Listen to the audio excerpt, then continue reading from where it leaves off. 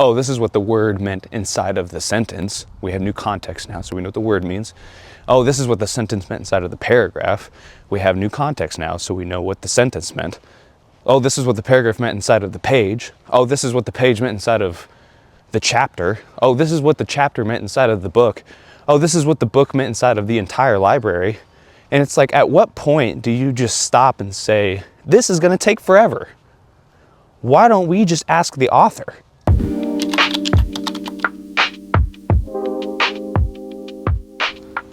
Good morning.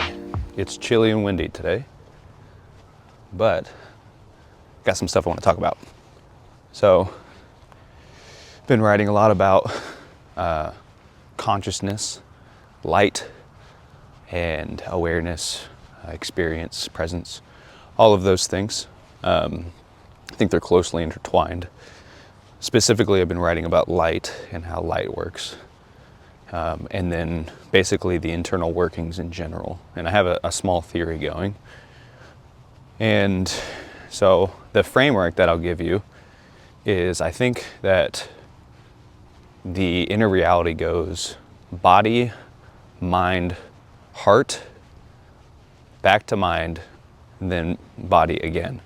And what I mean by that is we experience things through our senses. So smell, taste, touch, sight, hearing, all those. And then we abstract the data. Abstract as in pull the information, pull the concept, pull the blueprint out of it. And that goes into our minds. Now, that can be either memory or it can be literal concept. And then that's what the mind does. And then we go into the heart. The heart is the place where value propositions lie. It's the place where the will is, your desire to love. It's the place where the will is, and what I mean by that is, like, when people say we have free will, sometimes they are saying that they have a freedom to decide. And I think that's somewhat accurate. But I think more accurately, it's the freedom to value. Since the will is where you value things. The will is like saying, I think this thing is good, I think this thing is bad. I like this thing, I don't like this thing, this is what I want, this is what I don't want. This is where my desire lies, this is where it does not. And so, in that sense, when you have a free will, what you're saying is you have a freedom to value. Now, the decision is the counterpart to that, right? We are finite creatures while we're here on this earth. We have limited time, limited effort, limited resources. And so when we say, I value this, we make a decision to act something out. And that decision is transmitting the infinite spirit within us to the finite world before us. And that's how we interact here. And so that's the main part of the heart.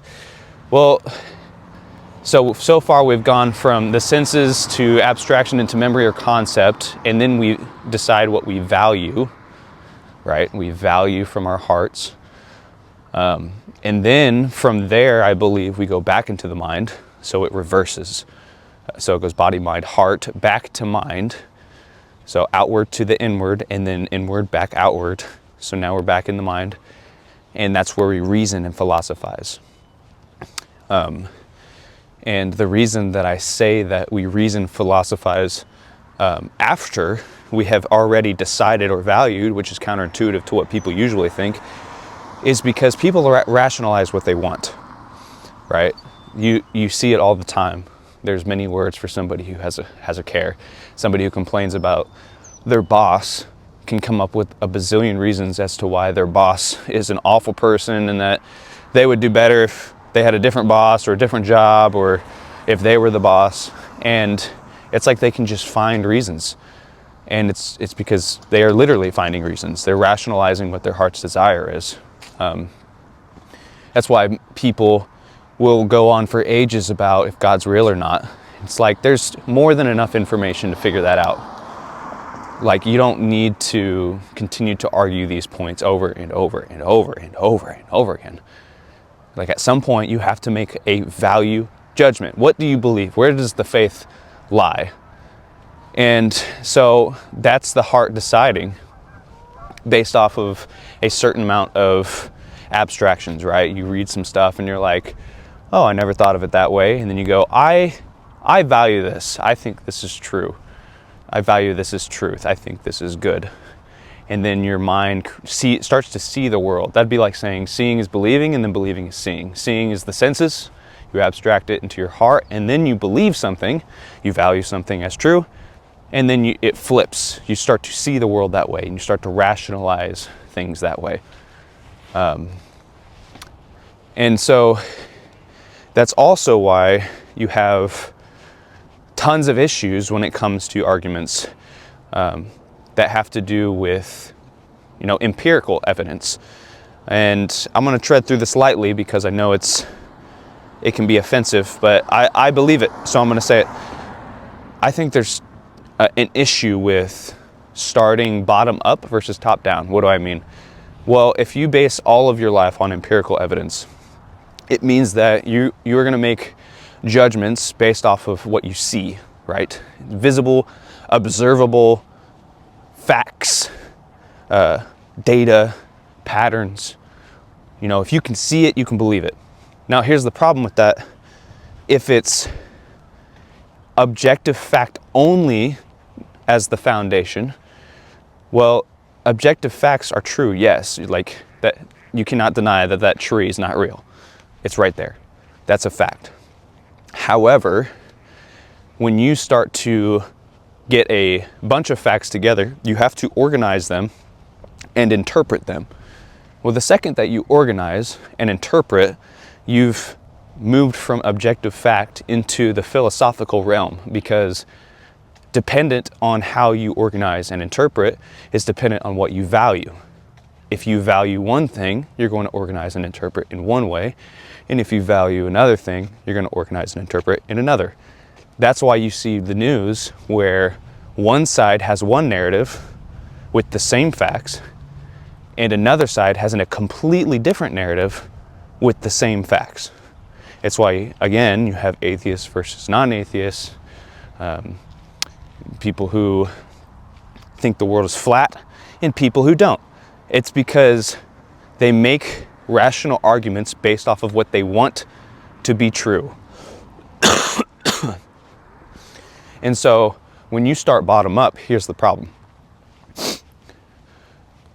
You look at the objective fact, you try to organize and interpret, and you basically make a guess based off of the context in which you've been given, based off of the facts that you've observed, that hopefully your interpretation is correct, right? And so science as a whole starts with little. They observe something, then it gets bigger. They make a conclusion. This is what I believe to be reality. And then they do some more tests and expands a little bit more. They interpret and conclude, and they go, okay, with this new context, this should be reality. And this is continued over and over and over again. They keep expanding the boundaries in which science has moved into new territory, making new conclusions, and each time it's groundbreaking. And if they find something new, they have to change it because they have new information. And this new information changes the way that they look at reality because it's undeniable. And they say, oh, we were wrong before. This is the new thing based off of this new data, which is fine. Except, at what point do you have enough context to make sure that reality is accurate?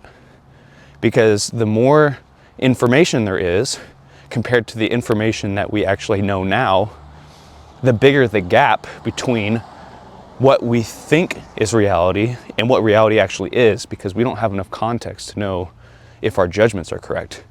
What do I mean? I mean, like, you have, like, let's say the word love. I love my brother versus I love my wife are entirely different things. Now, love is the same word, but depending on the words that surround it, it has different context. So if I don't know the difference between a brother and wife, like those things don't pop up to me. I might just interpret love in one singular way. Oh, this is what it is. This is what the reality of love is. But once the context is added, there's nuance. And so you see reality in, oh, he didn't mean this, he meant that. That's a different reality than this. And so then you would say, okay, science, using this analogy, starts with a letter and then expands and concludes and finds a word. And they're like, oh, we have new context. This is what the letter meant inside of the word. And then they expand again. Oh, this is what the word meant inside of the sentence. We have new context now, so we know what the word means. Oh, this is what the sentence meant inside of the paragraph. We have new context now, so we know what the sentence meant. Oh, this is what the paragraph meant inside of the page. Oh, this is what the page meant inside of the chapter. Oh, this is what the chapter meant inside of the book. Oh, this is what the book meant inside of the entire library. And it's like, at what point do you just stop and say, this is going to take forever? Why don't we just ask the author? You understand what I'm saying? It's like, if you want to know what the letter, if you want to know what the letter meant, or the word meant, or the sentence meant, why don't you just go to the guy who wrote the thing? And so this is the top-down version. This is, instead of bottom-up, empirical evidence upwards, this is top-down. And I think it's the best way to find evidence, purpose, for anything. If you were to think of like the way that evolution is put out, evolution is a great theory if there's no context. If they cut off the context of a couple questions. Question 1, why is there something rather than nothing? Evolution doesn't answer that. Question number 2, what is our purpose here? They'll say it's to survive, but like, survive for what reason? What are we surviving for? Why? What's the point? Question number 3, what determines the survival? And they'll say it's natural. Well, something had to choose what the nature of reality was.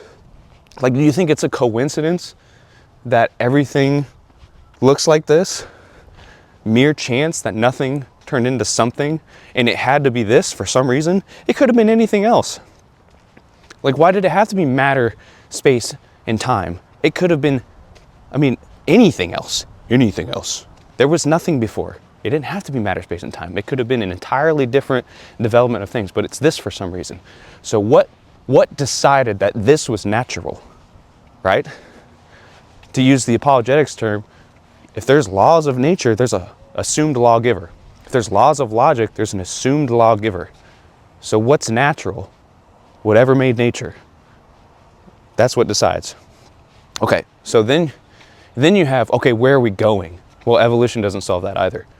And it's not that evolution is necessarily wrong. I'm open to it being correct. What I'm saying is it's not the full picture. It doesn't answer, it answers the what, it doesn't answer the why.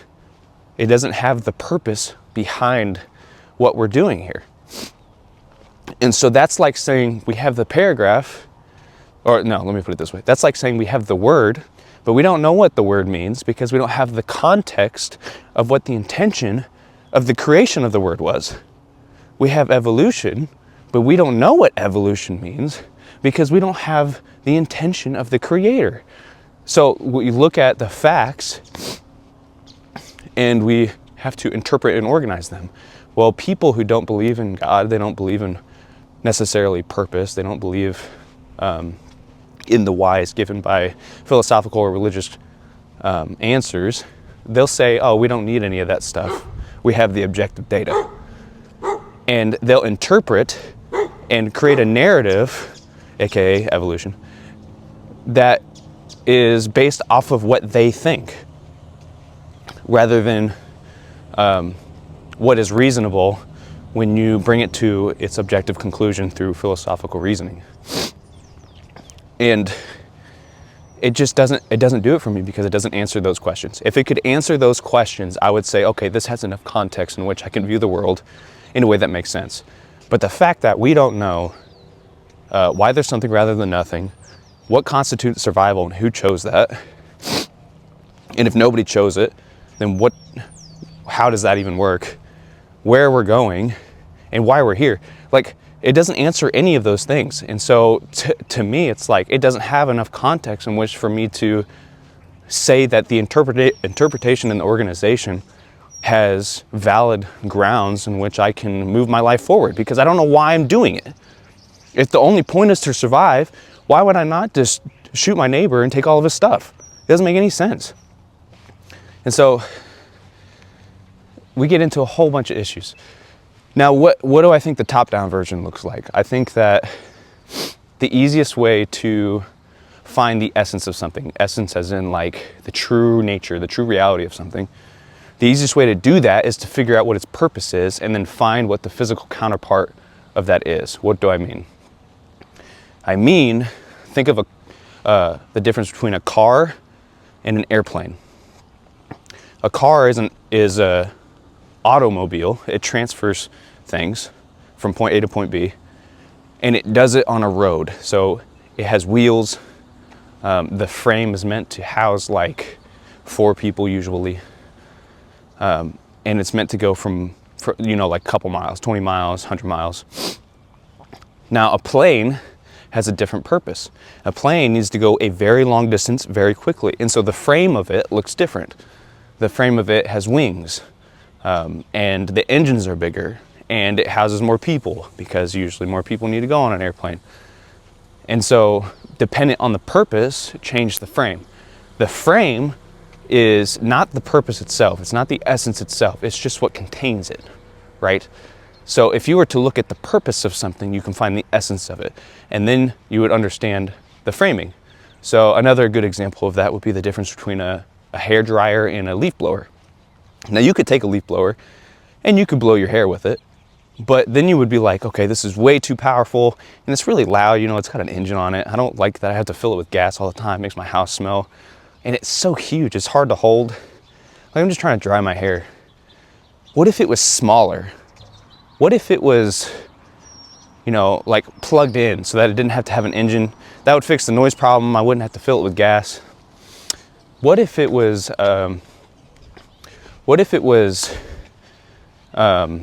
a cool color so that I could look cool while I'm getting ready? And then the engine was, or the air that came out wasn't as harsh. That way it didn't make me feel like I was going through a wind tunnel.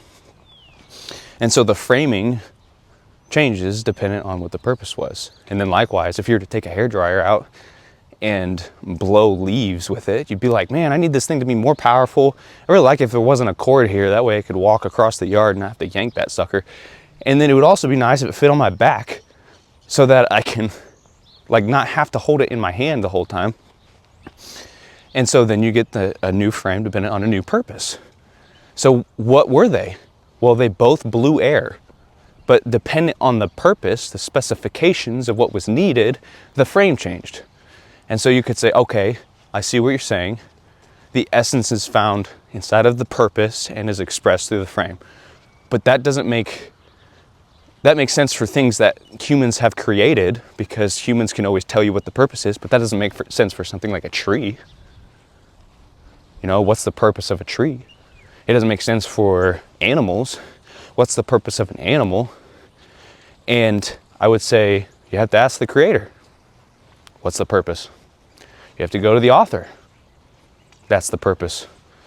And when you stop doing that, you have to create weird ideas like evolution. And because you cut off the interpreter, you've cut off the narrator, you've cut off the guy. You've cut off the guy who tells you the purpose of things. And so now you have given yourself the power or the burden to interpret and provide purpose yourself. And we've come up with the answer as a society of to survive, whatever that means, which is circular reasoning, by the way. Survival of the fittest is, well, what survives? Well, it's the fittest. Well, what's the fittest? Well, what survives? It doesn't make any sense. So what I'm saying is you need a top-down version of reality. And it's so much faster too. It's so much faster. When you just trust the creator of reality and ask, what is the purpose of things? You can figure out what the meaning of the word is instantly, no matter what word it is, because you just ask him what it means. You don't have to like run tests and observe data for the rest of your life, hoping and praying that it's correct. It doesn't make any sense. I'm not saying that you shouldn't have facts. I'm saying that you should trust in the narrator, the proper narration to interpret the facts. Like, you get this in statistics. Statistics is like real sketchy because you can have statistics organized in a different way with a new interpretation, and it looks like they mean something entirely different from what they actually meant. And that's what I'm saying, is like, it just gets dicey when it gets into the philosophical, the moral realm. Like, we're in the moral realm at this point. It's not just the facts, it's the moral realm that interprets the facts. And so if the moral realm interprets the facts, who's the best interpreter? Well, it's the one who created the entire universe. So why don't you just ask him? Okay, so I know I expanded on that quite a bit, and it's because that's probably what I'll get the most pushback on. So what am I saying? What I'm saying is, to wrap all this up, we take things in through the senses, right? We observe through our eyes, ears, nose, all of those things. And it abstracts into memory and into concept. Then, with that information or experience, we make value propositions. We say, I want this, or I don't want this. I value this, I don't value this. I like this, I don't like this. And that's what the free will is. It's what the spirit is. It's what the heart is. That's also where I believe consciousness lies. And then, once we decide what we value, we rationalize that. Another way of saying it is, seeing is believing, and then believing is seeing. So we start to create arguments on behalf of what our beliefs are. And then we act those out through the body. So you could say someone's decisions are proof of what someone values. Someone's actions are proof of what someone values. What someone thinks is proof of what someone values. And how they do that over time creates habits. So habits are stacked value propositions based off of what somebody wills, carried through the body. And then someone's character is, over a long enough time frame, someone's made enough decisions and enough actions and enough habits to where who they are is revealed as the framework of their purpose. What do I mean by that? Well, if you want to see what the essence of somebody is, what their character is, you just look at the body, which acts as the frame, like we were talking about earlier. And they will tell you, they will express to you the purpose of their life. That's why we call letters characters. They're frames that hold meaning, symbolic representation of what the meaning is. The meaning is what? The purpose. So our character is a symbolic representation of our spirit life, of our purpose. What are we here for? And we show that through our actions every single day. So, in through the senses, abstracted into the mind, then we make a value proposition based off of what we want. God or no God, accept reality, deny reality. And then we rationalize that so that we can move forward. The brain is like the processor. And then we act out our rationalizations and value propositions. And over a long enough time, we get our character. And so that's my ongoing theory right now. And I'm expanding on it. And I'll be writing, and eventually this thing's going to come out. I don't know when, but it will. So stay tuned.